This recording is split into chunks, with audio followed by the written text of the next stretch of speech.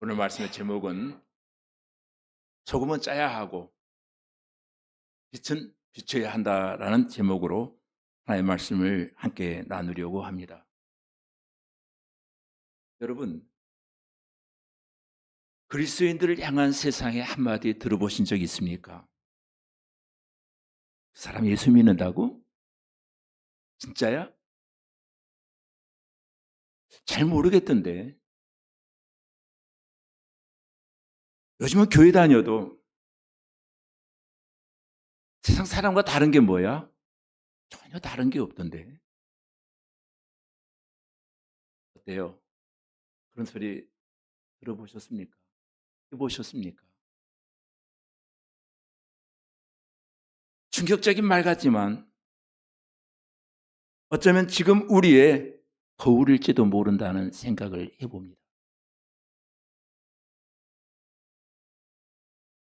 예수님은 분명히 우리에게 도전적으로 명령하십니다.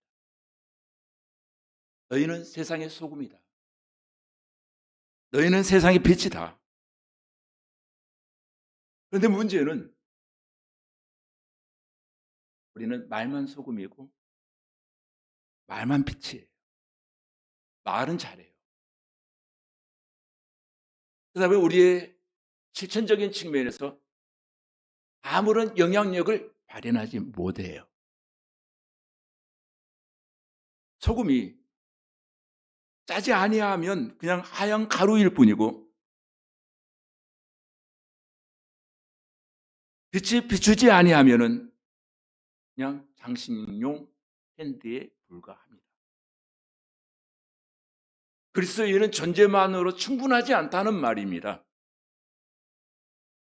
소금은 짜야 되고 빛은 비춰야 합니다. 그런데 문제는 신앙인이라 크리스찬이라 말하면서 우리가 신앙인답게 살아가지 못할 때가 너무도 많이 있다는 거예요. 세상의 기대에 응답하지 못하는 삶,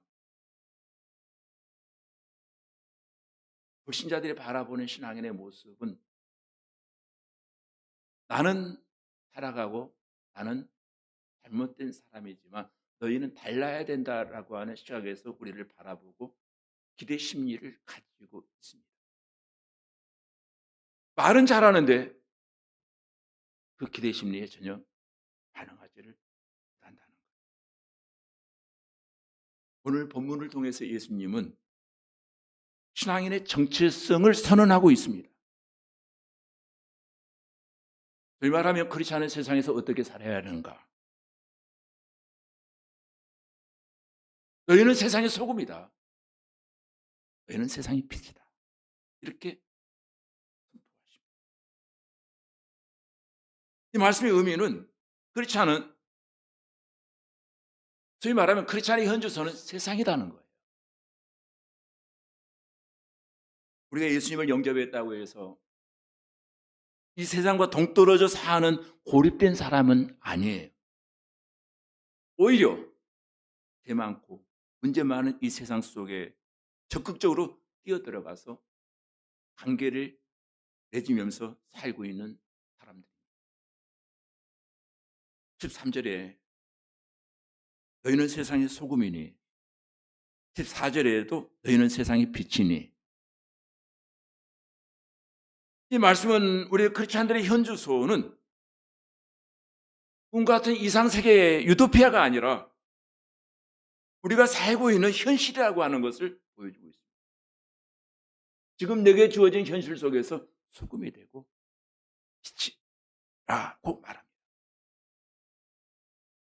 이 말씀은 어떤 의미에서 우리의 정체성에 대한 도전입니다. 우리는 계속 물어야 됩니다. 나는 누구인가? 나는 어떻게 살아야 될 것인가? 끊임없는 이 물음이 우리에게 있어야 됩니다. 그리고 이 크리스찬은 세상에 살고 있지만 세상 사람들과는 본질적으로 다른 사람들이에요. 그래서 마치 물과 기름과도 같습니다. 물과 기름은 겉보기에는 비슷합니다. 비슷한 액체로 보입니다. 그러나 이들은 결코 결합할 수 없는 이질적인 요소를 가지고 있습니다. 바로 그겁니다. 그렇지 않은 세상에 살지만 세상과는 동화될 수 없는 본질적으로 다른 종족들이라는 것. 그러면 저와 여러분 이 세상 속에서 소금과 빛의 역할을 한다고 하는 것은 도대체 무엇인가? 조금 더 자세히 공부하는 시간을 갖도록 합니다. 소금의 기능은 짜야 합니다. 13절에서 보니까 너희는 세상의 소금이니 라고 했습니다. 우리말 번역이 참 잘못된 것은 13절에서 말하는 세상과 14절에서 말하는 세상은 다른 언어를 쓰고 있습니다. 13절에서 말하는 언어의 세상은 개라고 하는 단어를 써서 개. 곧 그 말은 땅이라는 뜻을 가지고 있습니다. 땅. 거친 땅이라는 뜻을 가지고 있습니다. 그렇다면 이 원문은 그대로 직역한다면 너희는 거친 땅의 소금이라는 뜻이에요. 그 거친 땅을 우리는 소금에 대해서 옥토로 만들어야 될 사명이 우리에게 있다는 메시지가 여기에 담겨져 있거든요. 거친 땅을 소금으로 옥토로 만들어야 될 너희가 그 맛을 잃어버리면 무엇으로 짜게 하리요? 구약성경과 신약성경에서 소금을 또한 영적으로 영해한다면 소금은 예수 그리스도를 상징하기도 합니다. 자, 그러면 이런 뜻이 됩니다. 너희가 약속의 땅에서 거친 땅에서 소금의 사명을 감당하지 못한다면 너희의 그것이 본질적인 사명인데 소금이 사명을 감당하지 못하면 사람들이 밟아버린다.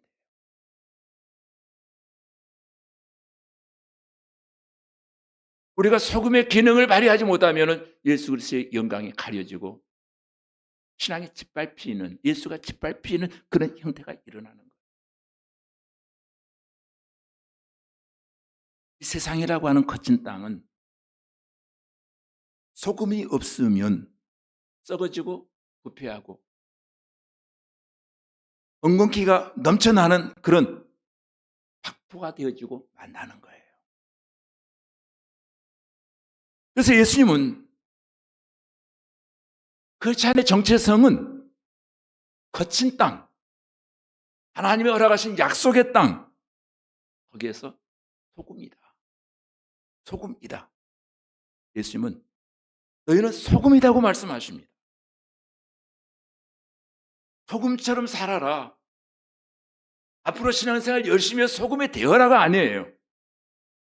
그렇게 되었다의 선언입니다. 즉 소금은 크리스찬의 존재 자체를 말하는 거거든요. 문제는 우리가 그 소금다움 짜게 살아가고 있는가? 짠맛이 나에게 나고 있는가? 이 문제를 가지고 우리는 깊이 한 주일 동안 고민하고 묵상해 보아야 될 주제입니다. 이 고대 사회에서 소금은 생명 유지의 필수품이었습니다. 예수님 당시에 소금은 단순한 조미료가 아니라 삶의 필수 도구였다는 겁니다. 그래서 예수님은 제자들에게 너희는 세상의 소금이니 그럴 기회는 없겠지만 성경을 조금 개혁할 수 있는 기회가 온다면 이 본문 13절을 너희는 거친 땅의 소금이니라고 저는 바꿔야 된다고 생각을 합니다. 본문이 그렇게 말하고 있습니다. 너희는 거친 땅에 스며들고 녹아져서 이 땅을 보존하고 살리는 옥토를 만드는 사람들로 부름받은 존재야. 이 도전을 우리에게 해오고 있거든요. 문제는 소금의 맛을 잃어버렸습니다. 소금의 그 맛을 잃으면 무엇으로 짜게 하리요? 고대 팔레스타인의 소금은 바닷물에서 나왔고 또 그 바닷물은 불순물이 굉장히 많았습니다. 그래서 시간이나 습기에 따라서 짠맛의 농도가 달라지기도 한다는 거예요. 근데 그 소금이 더 이상 음식에도 땅에도 쓸모없는 제맛을 발휘하지 못하면 다 가져와서 버려버린다는 거예요. 하얀 가루일 뿐이에요. 신앙이 무기력해지고 삶의 영향력, 신앙인이 신앙인다운 모습이 전혀 나타나지 않아요. 명분은 크리스찬이에요. 크리스찬답게 살지를 못해요. 해석하면은 무기력한 그리스도인 그 자체예요. 영적인 기능이나 능력은 전혀 나타나지 않아요.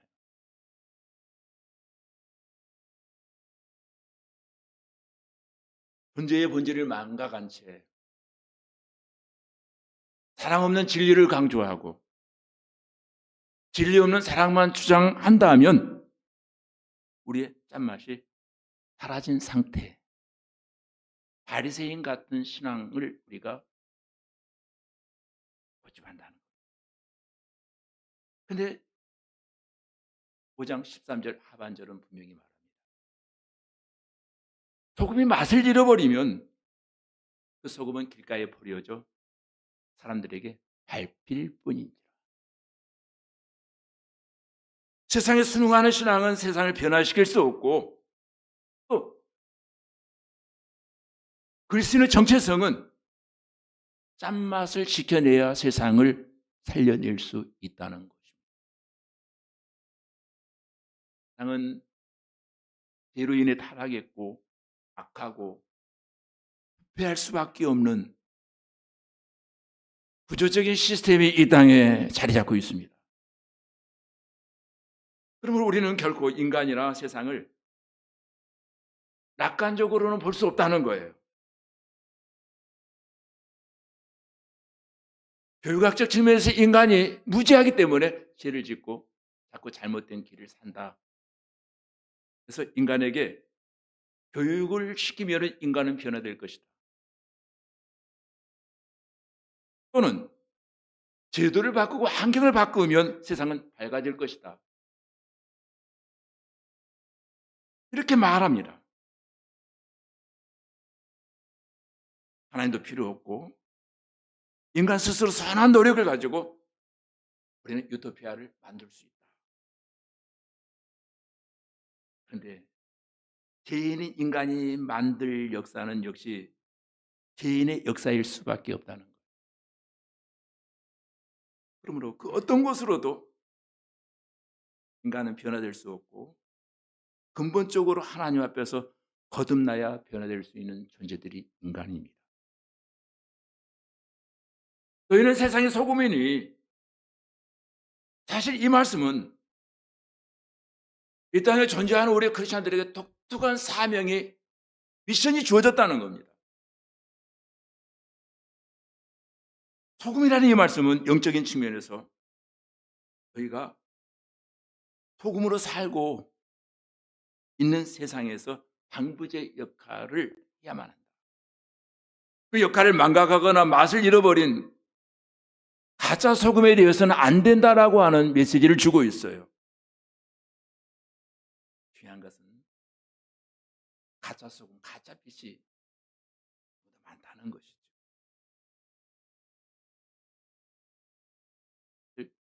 대부분의 성도들이 세상과 다르게 살아야 된다라고 하는 굉장한 부담과 두려움을 가지고 살아갑니다. 그래서 신앙생활을 두려워합니다. 문제는 다르게 살아야 되겠다.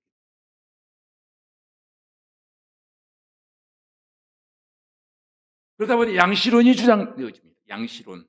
양비론 말고 양시론. 그것도 옳고 저것도 옳다. 세상에서는 세상 방법대로, 교회에서는 신앙의 방법대로 살자는 이원론을 가지고 살아갑니다.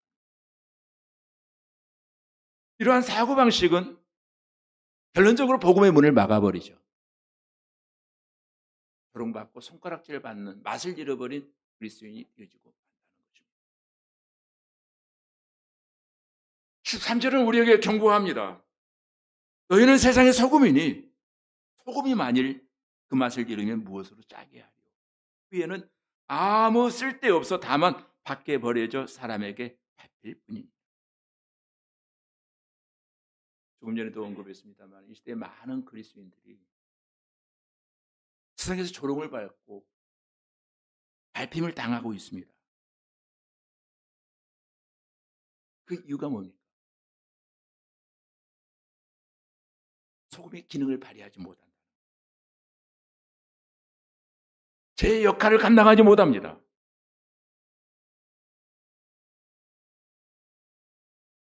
14절에 보니까 너희는 세상의 빛이다 라고 말합니다.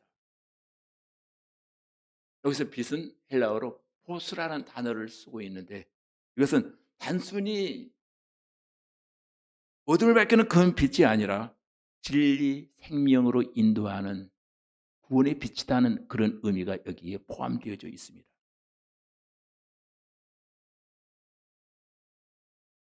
소금의 뜻이 개라는 단어를 써서 땅으로 표현되어지고 있다면 14절에 사용되어 있는 세상이라고 하는 단어는 본문에 보면 코스모스라는 단어를 쓰고 있습니다.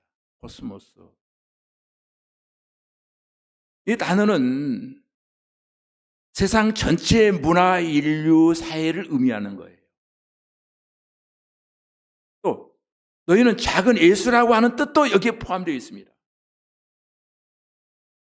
세상을 상징하는 언어의 코스모스는 죄로 어두워진 인류 전체, 문화, 사회 구조를 총괄 포함하고 있다면 또한 코스모스는 단순한 공간이 아니라 하나님이 사랑하시는 인간 세계 전체를 상징하고 있는 단어가 코스모스. 그런데 이 소금과 빛을 분석해 보면은 은밀하게 조용하게 역사하는 반면에 소금은 은밀하게 녹아 내려가는 스며드는 역할을 한다면은 빛은 분명하게 공공연하게 다 볼 수 있는 모습으로 드러납니다. 소금은 녹아지면서 존재의 가치를 드러낸다면은 빛은 밖에서 힘차게 자신의 존재 가치를 드러냅니다. 그런 의미에서 빛의 존재는 숨겨질 수 없다는 거예요. 너희는 세상의 소금이다. 여기서 중요한 것은 소금이 대라가 아니고 소금이다. 너희는 빛이 대라가 아니고 빛이다는 거예요. 너희가 예수를 따르는 제자다면 제자의 삶은 예수 그리스도를 본받고 그 삶을 이미테이션, 모방하는 삶, 닮아가길 원하는 사람이에요. 그럼 예수님을 살아야 된다는 거죠. 예수님이 빛으로 이 땅에 오셨습니다. 생명의 빛이었습니다. 그래서 나는 세상의 빛이다라고 말합니다. 그리고 이제 그 빛의 사명을 우리에게 임하셨다는 거예요. 너희가 이 땅에서 비추지 아니하면 세상은 어두워질 거야 라는 전제가 여기에 깔려져 있습니다. 14절의 말씀을 우리에게 예수님은 세상의 본질이 무엇인가를 내면적으로 우리에게 가르쳐주고 있습니다. 세상의 본질은, 즉 이 세상의 본질은 캄캄하고 어둡다. 또는 절망적이고 세상은 소망이 없다. 소망이 없는 세상의 결국은 죽음이다. 그런 세상의 빛은 절대적으로 필요하다. 우리는 여기에서 크리스찬의 현주소는 어디인가? 우리는 지금 어디에 살고 있는 사람들인가? 위치에 관한 물음에 답을 주고 있습니다. 그렇지 않은 어두운 세상에서 빛으로 존재해야 된다고 하는 이 말씀의 영적인 의미는 세상 밖에 도피하여 사는 사람들이 아니다는 거예요. 세상의 빛이라고 분명하게 우리가 살아야 될 이치에 대한 것을 지정해 주고 있다는 거예요. 그런데 빛으로 사는 것이 힘들다고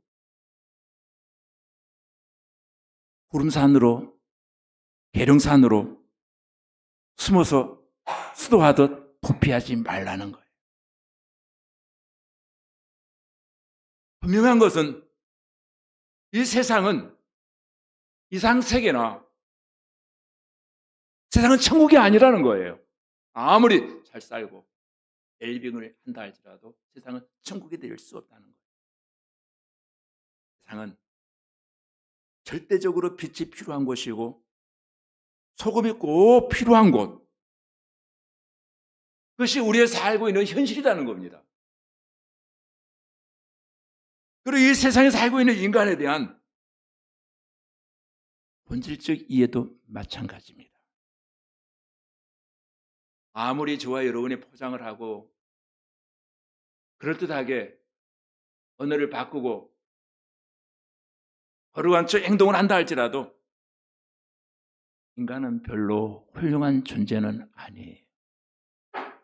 우리 인간 속에서 선한 것이 나올 수 있는 사람들이 아니에요. 선한 척 위장할 따름이에요. 가만히 들여다보면 우리에게는 선한 것이 나올 수 없는 존재라고 하는 것을 알게 됩니다. 인간의 선행으로는 하나님이 기대하시는 의에 도달할 수가 없어요. 인간의 방법으로는 하나님과의 바른 관계를 우리는 맺을 수가 없어요. 빛의 역할은 어둠을 몰아내는 것입니다. 빛은 침묵하지 않습니다. 가만히 있어도 존재 자체로 드러납니다. 빛은 고유하고 독특한 역할은 어둠을 드러낸다는 것입니다. 빛이 없을 때에는 어둠이 어둠인지 우리가 깨닫지 못했습니다. 죄에 대해서 우리는 너무도 무지했습니다. 그러나 캄캄한 방에 불이 켜져 있을 때 드디어 우리가 지금까지 어둠 속에 살았다라고 하는 것을 인식하게 되어집니다. 무슨 말인가 하면은 예수 그리스도를 나의 구주 나의 하나님으로 영접하기 전까지는 우리가 다 어둠 속에 살고 있던 사람들이었어요. 그런데 어느 날 예수 그리스도를 나의 구주 나의 하나님으로 고백하는 그날부터 지난날에 나의 삶이 어둠이었고 지금 빛의 세계에 들어왔다라고 하는 것을 알기 시작합니다. 얼마나 내가 잘못된 삶을 살았는가를 알기 시작합니다. 그래서 요한복음 8장 12절에 이렇게 선언합니다. 예수께서 또 말씀하여 이르시되 나는 세상의 빛이니 나를 따르지 아니함이고 아니한 자는 어둠에 다니는 자다. 나는 생명의 빛이다 라고 예수님이 선포하십니다. 참빛은 우리에게 방향을 제시하고 우리가 가야 될 길을 비춰주고 위험을 드러내며 생명을 지키게 한다는 것입니다. 빛의 역할은 어두움이 깊어져 갈수록 빛은 더욱더 돋보이기 시작한다는 거예요. 그래서 예수님이 말씀하십니다. 숨기지 말라. 등경이에 두라. 이 15절 말씀을 우리가 이 시대를 살아가는 현대인들은 잘 이해하지 못할 거예요. 15절에 보니까 사람의 등불을 껴서 말 아래 두지 아니하고 등경이에 두나니 이러므로 집안의 모든 사람에게 비추느니라.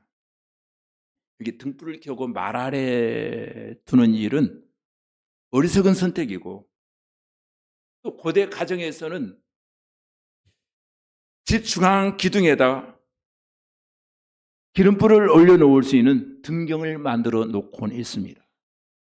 그리고 여기 말이라고 하는 단어인데 이 말은 예, 모디오스라고 하는 복식의 어떤 수량을 재는 한 대, 두 대 하다가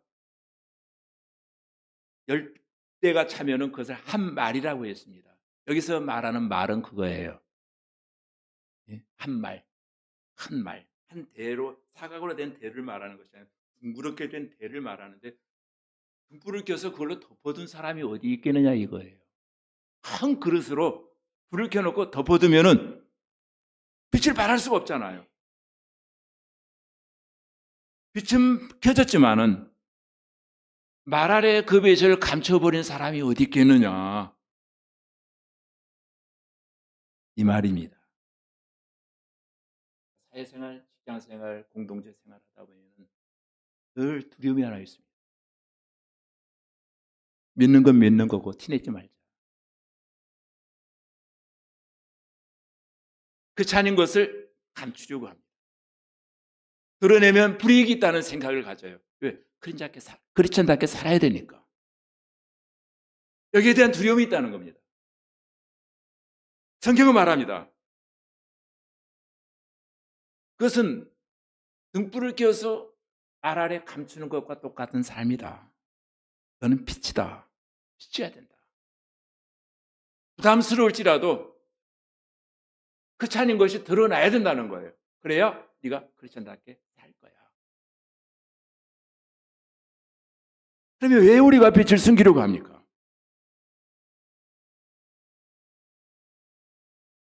세상의 시선이 두렵기 때문에. 어떤 분의 간증입니다. 나는 우리 과장님이 상을 당해서 문상을 가는데 우리 과장님이 교회 집사님인 것을 나는 알았습니다. 나도 지금까지 숨기고 신앙생활 했는데 나는 오늘 소망을 발견했습니다. 그런 개고기 같은 과장님도 집사님인데 소망이 있구나. 나 오늘부터 크리스찬인 것을 당당하게 드러내야지. 저분도 집사님이랬는데 나는 그래도 더 소망이 있지 않는가.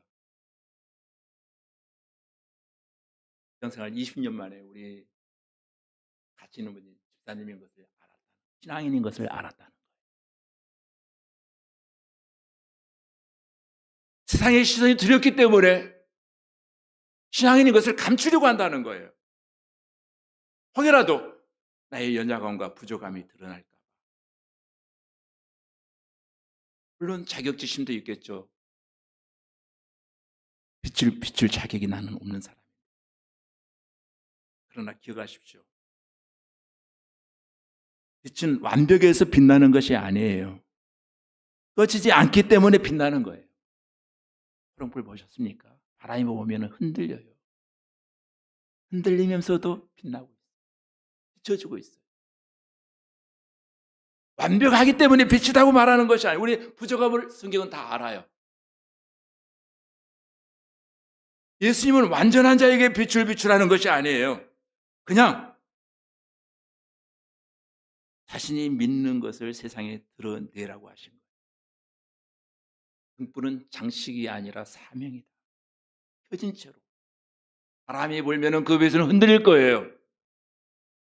놓인 곳에 놓인 대로 그 자리에서 빛의 존재로 달라는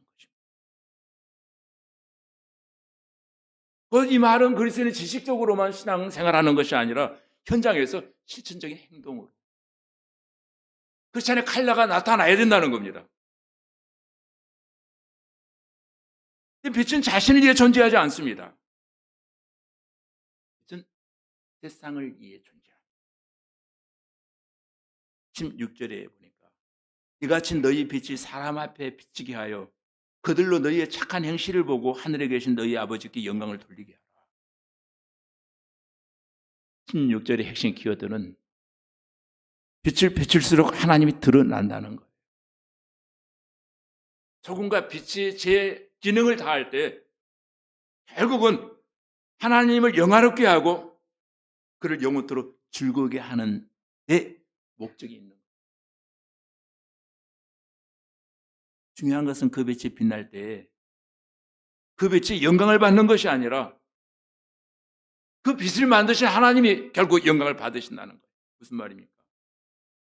저와 여러분이 하나님의 자녀로서 각자 주어진 달란트와 기능을 가지고 삶의 현장에서 빛을 발하기 시작하면은 내가 영광을 받는 것이 아니고 나를 있게 하신 그 하나님의 영광을 받게 되어진다는 거예요. 그리고 세상 사람들은 우리의 그 착한 행실을 보고 하나님은 역시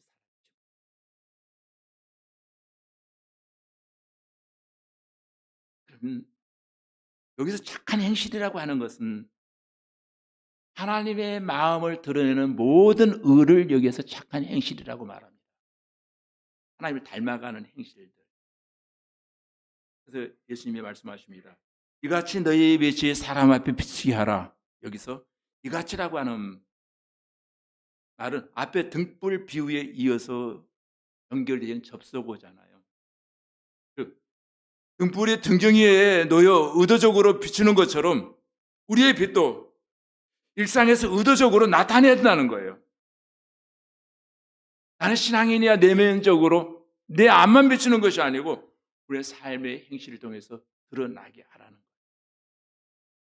그러면 그 드러난 우리의 착한 행실들을 통해서 우리 착한 행실은 도덕적인 윤리적인 행실을 말하는 것이 아니에요. 하나님을 닮아가려고 하는 그 노력, 말, 태도, 표정, 선택, 반응 이런 걸 통해서 사람들은 하나님을 보는 통로가 되어진다는 거예요. 그 모습을 통해서. 그들은 영안이 어둡기 때문에 하나님을 볼 수가 없어요. 근데 나의 그 크리스찬이라고 하는 나의 행실을 통해서 그들이 나를 통해서 하나님을 보는 통로가 되어진다는 거예요. 하나님을 만나게 하는 하나의 일종의 통로가 되어집니다. 말씀이 삶이 될 때 복음은 말보다 더 강한 영향력을 발휘합니다. 하늘에 계신 너희 아버지의 영광을 돌리게 하라. 사람들이 누구누구를 칭찬하는 데서 끝나는 것이 아니라 그 칭찬이 하나님께 영광이 되도록 시키라. 빛은 자신을 비추지 않습니다. 빛은 항상 무언가를 비춰주는 역할을 합니다. 우리는 빛 자체가 될 수 없어요. 우리는 반사체들일 뿐이에요. 나라고 하는 거울을 통해서 예수님이 빛이. 그래서 우리는 누군가에게 희망이 되고 소망이 되는 그런 빛들이 되어지기를 주님의 이름으로 축원합니다. 말씀의 결론을 한번 정리해 보겠습니다. 소금과 빛의 본질은 자기의 존재가 소멸되어질 때 맛을 다하고 빛을 발하게 됩니다. 소금은 녹아져야 되고 빛은 태워져야 됩니다. 자기 희생, 자기 소멸이 전제되어지지 아니하면 제 기능, 제 목적을 달성할 수 없다는 거예요. 그런데 많은 사람들은 또 이렇게 생각합니다. 인생은 한 번뿐인데 왜 나를 그렇게 소멸시켜야 돼, 소금처럼? 왜 나만 녹아져야 돼? 왜 나만 태워져야 돼? 이건 아니잖아.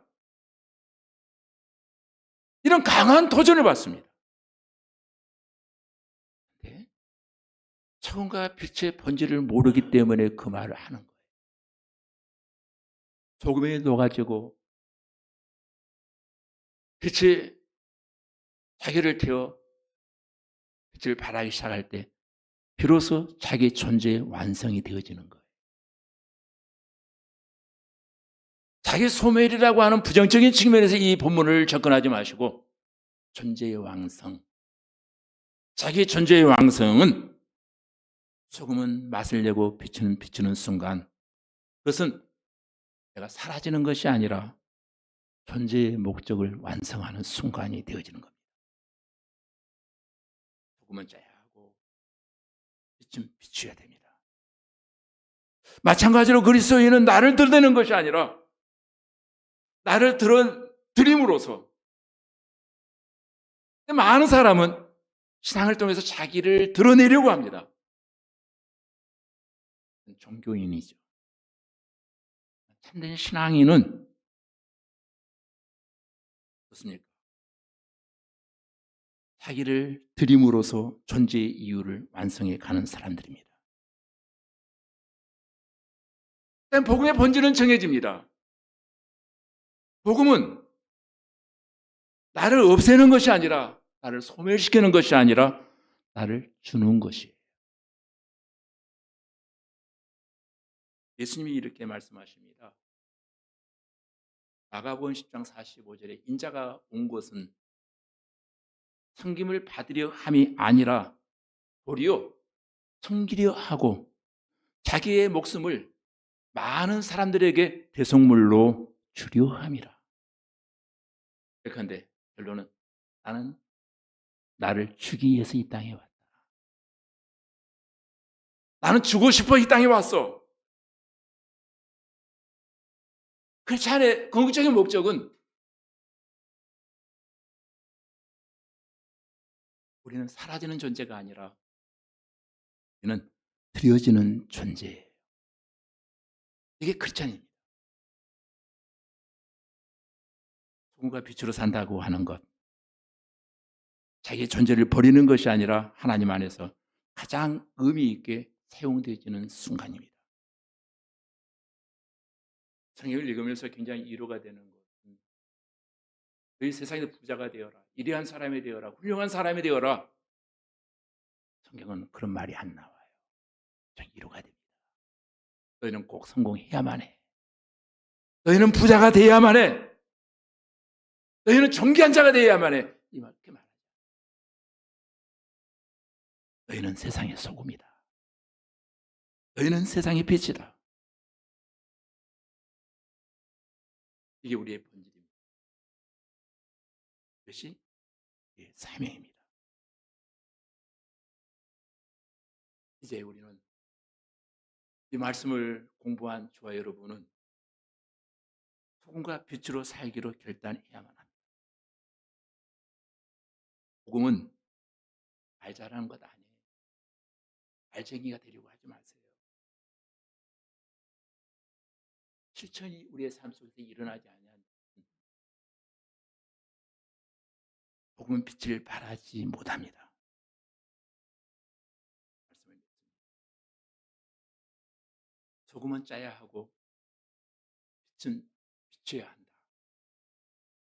단순한 한 문장, 그것을 가슴에 간직하고 오늘도 짜게 그리고 밝게 사시기를 주의 이름으로 축복합니다.